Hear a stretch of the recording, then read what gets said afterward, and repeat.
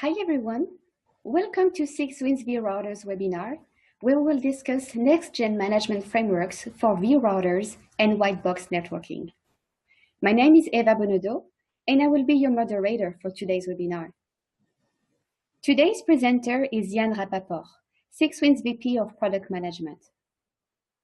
We welcome your questions on our webinar. You can ask a question using the questions and answer button. Please avoid using the raise hand functionality. We will answer all the questions at the end of the webinar. Let's get started. I will now turn it over to Yann. Thank you, Eva. So today, I'm going to talk about next-gen management frameworks for white box networking with vRouter solutions. During this webinar, we will present management trends for white box networking, feature requirements for vRouter solutions, including YANG, NETCONF, RESTCONF, telemetry and analytics, deployment with OpenStack, VMware, and AWS, and a demo of 6WIN vRouter showing deployment, configuration, and monitoring through integration with orchestration, time series database, and analytics software using Cloudify and Grafana. Let's start with a few words about 6WIN. 6WIN is a software company headquartered in France with offices around the world, including Santa Clara, California, and Beijing. We make high-performance networking software with deep expertise in telecom. Our flagship product is vRouter software that has been deployed globally for over a decade. And for those of you from the developers community, you may know us as the founders of dpdk.org and a top contributor. In recognition of our innovation, we received an investment from Cisco and multiple awards, including NFV and VNF Products of the Year for our vRouter. Just last month, we won a Network Virtualization Europe Award for a successful SDN deployment of our vRouter within our service provider customers' EOLO's network. In this case, EOLO replaced hardware routers with SDN routers. 6WIN vRouters are available in 3 different software packages for white box networking. The first is our 6WIN software, which is source code for Linux networking. 6WIN includes complete and modular layer 2 to 4 networking stacks. Here, we help our OEM customers build their own vRouter technology and more, including a full range of additional networking equipment and solutions. The second are software appliances called Turbo Router and Turbo IPsec. These vRouters are ready-to-run appliances for customers who build and operate networks. This will be the focus of today's webinar. The third is virtual infrastructure software for hypervisor networking. These vRouters boost virtual networking and switching performance inside NFV platforms, such as Nuage Networks AVRS and Controns SymCloud. Our software runs on market-leading processors that leverage dpdk for performance, including x86 and ARM. We've been solving networking performance challenges for our network builder and OEM customers for over a decade now. Our customer list is impressive, with a large global reach, including servicing over 90% of 4G networks in Japan, the top service providers in the US and EMEA, and more. These customers use our software with standard tools, such as Linux and community hardware, to solve some of the largest networking challenges in the industry. And now, I'll share some examples of 6WIN customers who are leaders in the white box revolution. AT&T has been a 6WIN vRouter technology customer for 5 years. AT&T uses 6WIN's IPsec VPN software to create its virtual VPN Internet Gateway, or VVIG, that creates secure VPN services for its customers.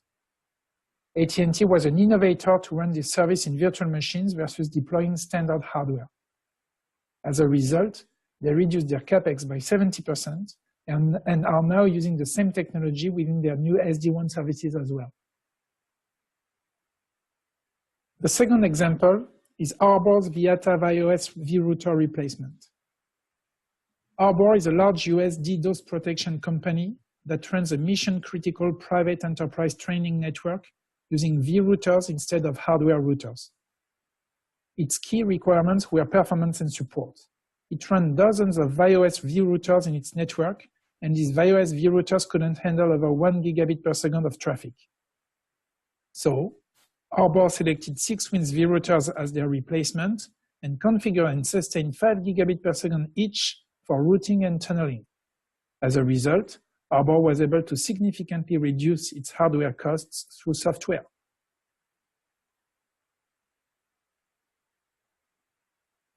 As standard servers with high-performance networking software now provide the same level of features and performance for a fraction of the price, we progressively see vRouters replace hardware routers.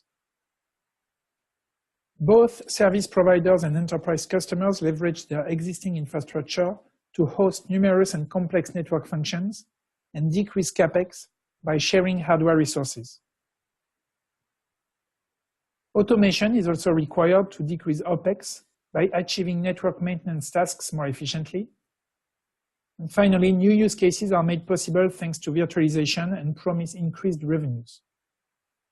As a result, more and more network deployments happen on standard servers in data centers, the IT and networking worlds converge, and data center admins are used to centralized management interfaces for SaaS applications, and the same requirements are naturally drawn to networking applications such as SD-WAN, VCP, VEPC, etc. Such a next-gen management framework has to take care of inventory, deployment, configuration, monitoring, and lifecycle management for the routers, independently of their brand, physical or virtual nature, and infrastructure management platform. Let's have a look in detail at these different features. The first feature is deployment. Deployment takes care of day 0, day 1 in the lifecycle of the software appliance. Day 0 consists in the first installation of the appliance in the target environment and sets the ground for day 1. Different technologies are involved according to the target environment, from PXE or ISO for bare metal deployment, QCO and OVF OVA packages for private clouds using OpenStack KVM or VMware, and cloud provider-specific APIs for Amazon Web Services, Google Cloud Platform, or Microsoft Azure. Finally, day 1 is the initial system and network configuration for basic access to the device. It sets the ground for day 2 that will be discussed a bit later. Day 1 relies on Ansible and Cloud Init for initial networking and remote access configuration. The next-gen management framework also provides access to the server, OpenStack, or cloud platform inventory for deployment. Appliances can be seen on a map and clicked on to access details and manage them individually. Let's talk now about license management and enforcement. vRouters register with the next-gen management framework on startup. License entitlement is checked. It has to be token-based to support VMs. And finally, license is delivered and installed, for example, using Ansible. In conjunction with monitoring, this can also check that the customer does not infringe his license, throughput, number of tunnels, and even track with the customer's agreement its usage to create innovative business models, pay-per-use with a fine-grained feature set, for example. Now, about monitoring and analytics. Monitoring is key in controlling the status of the network and anticipating and analyzing issues. vRouters must provide statistics and alerts, and it must be possible to track these values over time. To that intent, vRouters export key performance indicators, KPIs, to a time series database such as InfluxDB for analysis through a web-based front-end such as Grafana, Isinga, Elastic, and others. In addition to KPIs, alert fault management is required and involves several mechanisms, both on-device, logs, health check, and as part of the analytics front-end, thresholds on KPIs.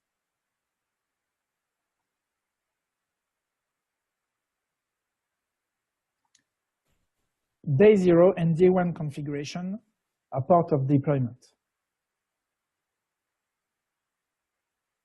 Once the vRouter is deployed and running, one is going to configure it for a particular service, a CPE, a BNG, a security gateway. This can be done per device through a web interface or the CLI, for example. In that case, The administrator has to log into each device or develop a script that does it to input configuration commands. This can be acceptable for a couple of vRouters and a pretty static configuration, but as soon as more than a handful of devices have to be managed, or when the configuration varies, programmatic interfaces like NETCONF and RESTCONF provide a higher level of abstraction with a Yang-based data model for integration with third-party management tools. On top of this, the industry is moving from per-device management to intent-driven management. Instead of connecting to each device to configure it, use case parameters are specified in an orchestrator that automatically takes care of individual device configuration. This is where Tosca enters the game. There is, however, no direct impact on the vRouter itself, as the orchestrator ends up using NetConf Yang, or still in many cases the CLI through SSH session. The final major feature of next-gen management frameworks is lifecycle management. Start, stop, restart, and scaling mostly apply to virtual network functions, that is, vRouters that run as network functions. etcnfv specifies how to package VNFs by wrapping the appliance image into a descriptor that explains its requirements in terms of CPU, memory, storage, etc. The VNF also has to provide the right APIs to be started and stopped. Ansible is a possible API for this. Scaling can be implemented in many ways depending on the use case, from flexible core allocation to dynamic VM spawning with a load balancer when the VNF is composed of several virtual network function components.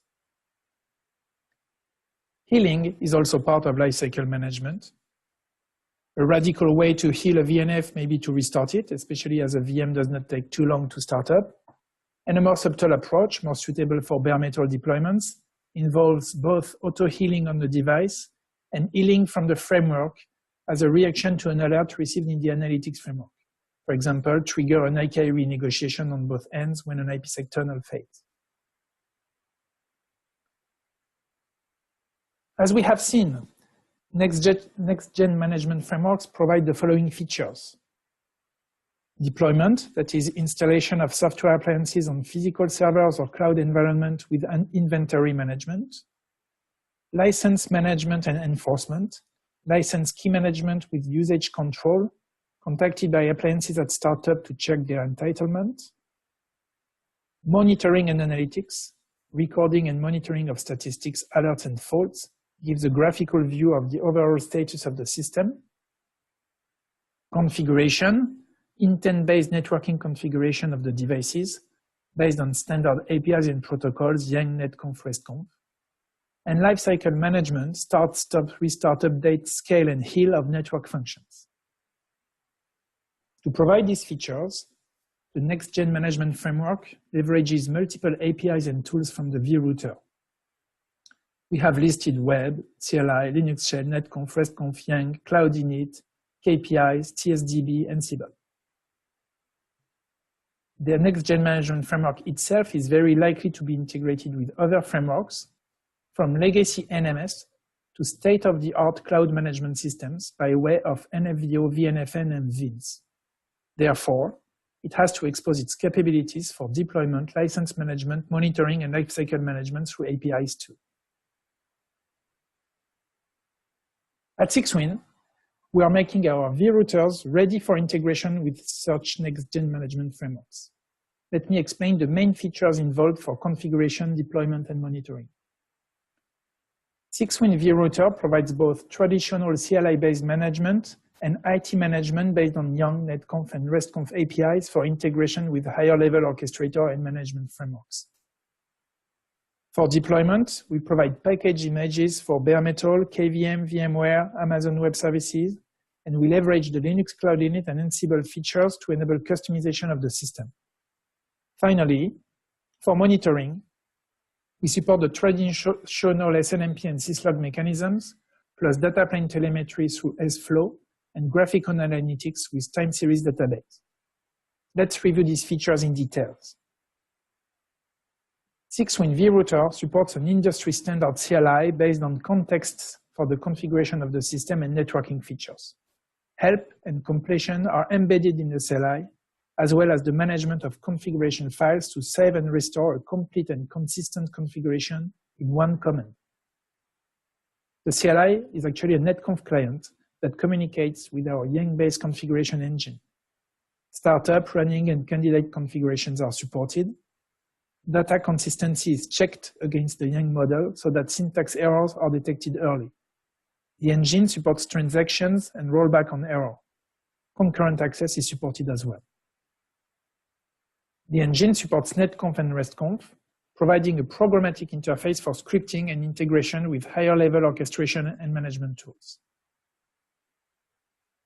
Regarding monitoring, traditional and granular polling, for example, to retrieve a single statistic is of course possible using the CLI, NETCONF, RESTCONF, or SNMP. Integration with legacy NMS systems through SNMP is possible.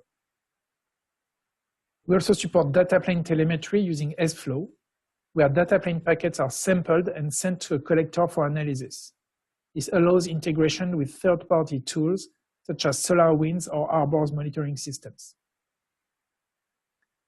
Finally, the vRouter is able to stream key performance indicators to a time series database for analysis through a graphical front end. We have pre-integrated the vRouter with InfluxDB and developed dashboards for Grafana. This is public and available on GitHub to experiment with and contribute. This is just an example, and a similar integration with other analytics frameworks such as Prometheus or Elastic is possible. Here is an example of a Grafana dashboard, including network throughput per interface in gauges and for the complete system as curves, CPU utilization for both Linux and the data plane cores, and detailed statistics regarding the data plane for advanced tuning and debugging. Finally, for vRouter deployment, day zero packages are provided for initial deployment on bare metal using a USB stick, PXE over the network, or a bootable ISO image, or as a virtual machine with open virtualization images for VMware and others, or QCO2 for KVM. Once the day zero package is deployed, one needs to perform basic system and networking configuration and provide console access. This is day one configuration. By default, the vRouter has DHCP and SSH enabled on its first network interface, and a set of default users with different profiles. This can be customized using Cloud Init or Ansible according to the customer's use case. Our documentation includes examples with Amazon, VMware, and OpenStack. Let's now switch to our demo, which we showed at Mobile World Congress this year, of 6WIND vRouter with deployment, configuration, and monitoring through integration with orchestration, time series database, and analytics software using Cloudify and Grafana.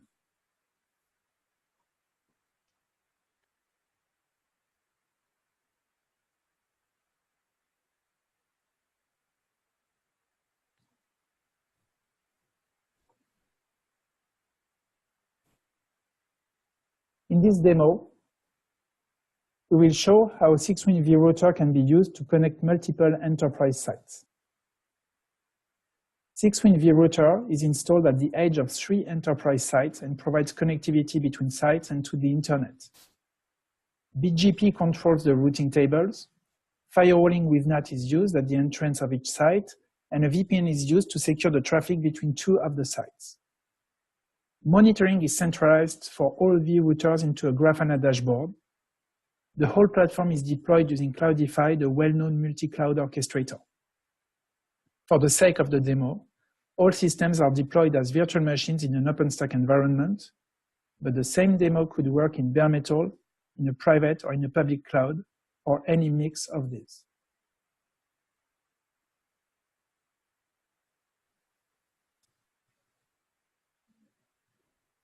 Let's start by deploying the networking infrastructure. This is the Cloudify GUI that will be used to deploy the network and later the servers and configure them. Cloudify relies on blueprints or templates that modelize the networking use case. We are uploading the 6WIND vRouter network blueprint. Now let's instantiate and deploy the blueprint. We use default parameters for the network names, IP addresses, and masks, as this is properly pre-configured for our demo.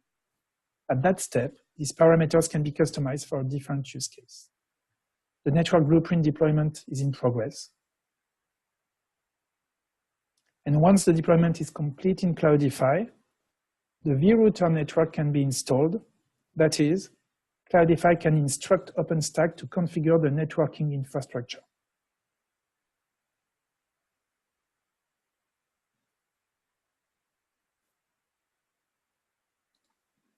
After the workflow is installed, we can see in Horizon, the OpenStack GUI, that the network resources have been created for the provider, private, management, and gateway networks. Let's now move on to server deployment and configuration following the same process. Let's deploy the 6WIND vRouter servers blueprint. This blueprint contains the model for the servers that will be deployed on top of the network infrastructure. As previously, we instantiate the blueprint with the default parameters. Here we can configure the subnet advertised by BGP, some Grafana information for the server that will be used for monitoring, the BGP autonomous system IDs for the different sites, the version of the vRouter software that will be deployed, and more. After the deployment is complete, we install the servers, as we did previously for the networks. Cloudify communicates with OpenStack to spawn the 4 vRouters VMs and the 1 for monitoring and analytics. In Horizon, we can see the corresponding OpenStack instances named Turbo Router 1 and 2, Turbo IPsec 1 and 2, and Grafana. The network topology shows how the vRouters are interconnected using the network infrastructure previously instantiated. Now, let's look at the CLI configuration of one of the Turbo IPsec vRouters as automatically installed by Cloudify. Using the CLI, we dump the routing table and we can see the BGP routes have been received and installed. The BGP table shows the network prefixes and next hops.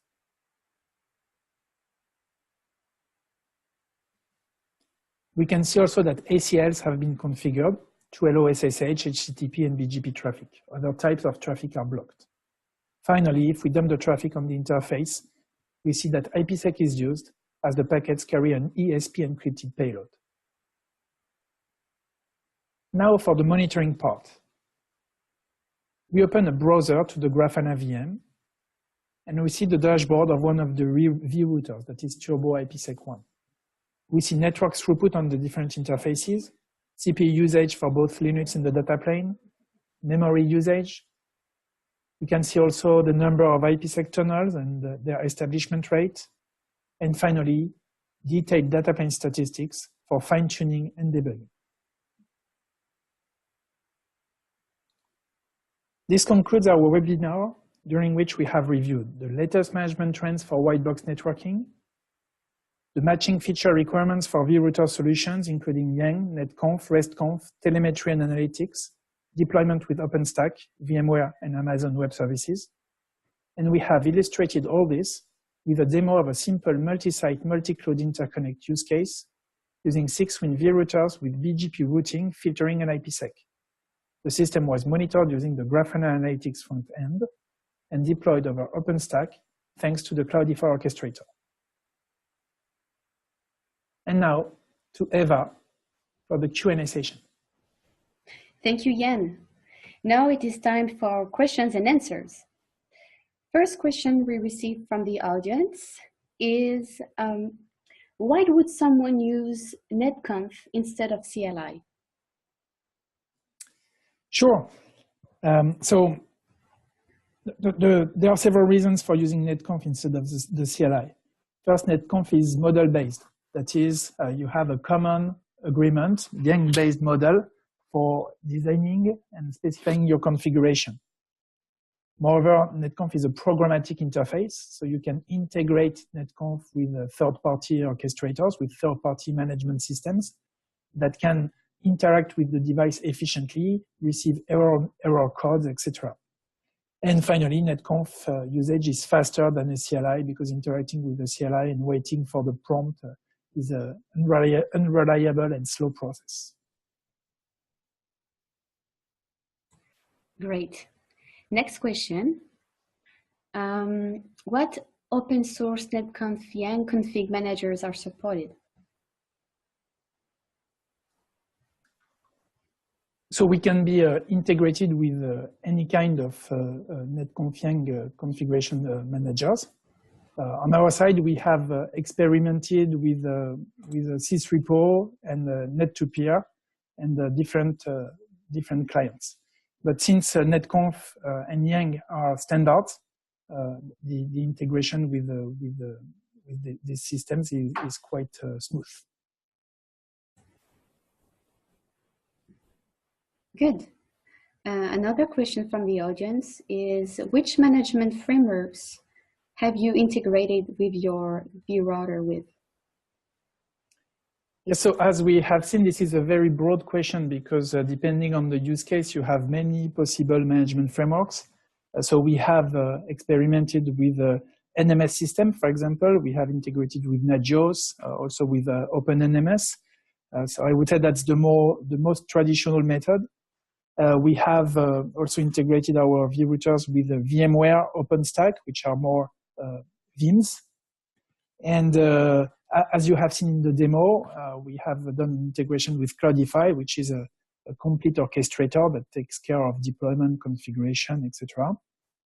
And also, it should be noted that we have most tier 1 telco equipment manufacturer in the world as customers. And these people, of course, provide their own management frameworks. And for years, they have integrated our vRouters with their management frameworks.